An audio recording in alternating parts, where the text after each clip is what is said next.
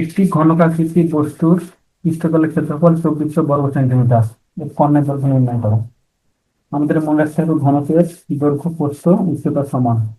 তাহলে লিখি, ধরি ঘনকের দৈর্ঘ্য সমান প্রস্থ সমান উচ্চতা সমান ধরে নিলাম সেন্টিমিটার।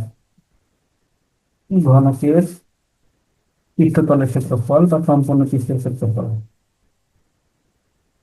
সম্পূর্ণ পৃষ্ঠের ক্ষেত্রফলের ক্ষেত্র 6a², এটা সমান 2400, বা a² সমান 400, এখান থেকে a সমান 20। ঘনকের কর্ণের দৈর্ঘ্য বের করতে হবে। ঘনকের কর্ণের দৈর্ঘ্য,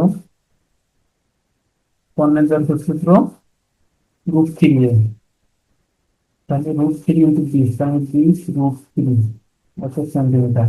এটা অ্যান্সার।